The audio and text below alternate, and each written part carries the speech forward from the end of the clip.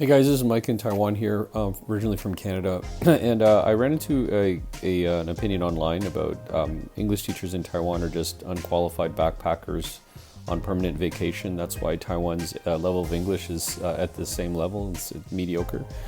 Yeah, in some ways I kind of agree. I've met like lots of like weird unqualified English teachers. I could even just name them. I mean, it doesn't even really matter if I give you their first name. They're all like Mark, Jeff, Steve, like so. Yeah, nobody knows who these people are, but yeah. I mean, let's start off with when I was in Korea. Wow, I met. Actually, okay, no, I did meet a qualified English teacher, I guess, but he was like trying to fight against the system. He wasn't in Taiwan, but he's like they're very typical.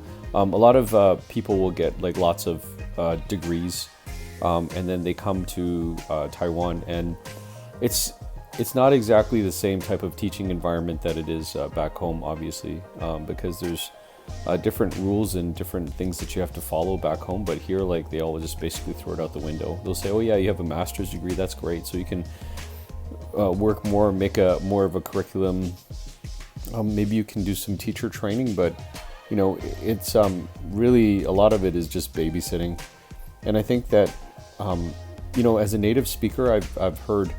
The reason why you know you get the job is so that the boss can say, oh yeah, well, this guy or this lady is like a native speaker of English, and you know, if your kid hangs around him a lot, then they'll pick up his accent and his, I don't know, it's kind of like this magic atmosphere of like English that will just what is the word, like through osmosis will just like go into their brain, which is not true.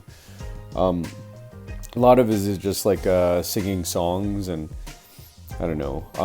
Yeah, there's some schools that they practice the reading, the writing, the listening, and the speaking. But you know, most of them they don't. It's like they just. I think that what's really like holding them back is that they just basically try to prepare them for tests, and then whenever you say like, oh yeah, well, my kid speaks English and he goes to English school, and you put them on the spot and say, yeah, speak English to somebody, they say, oh no, I can't do it. Why? Because they go to these places where, you know, they have these unqualified teachers that basically just go through the curriculum and don't teach them anything.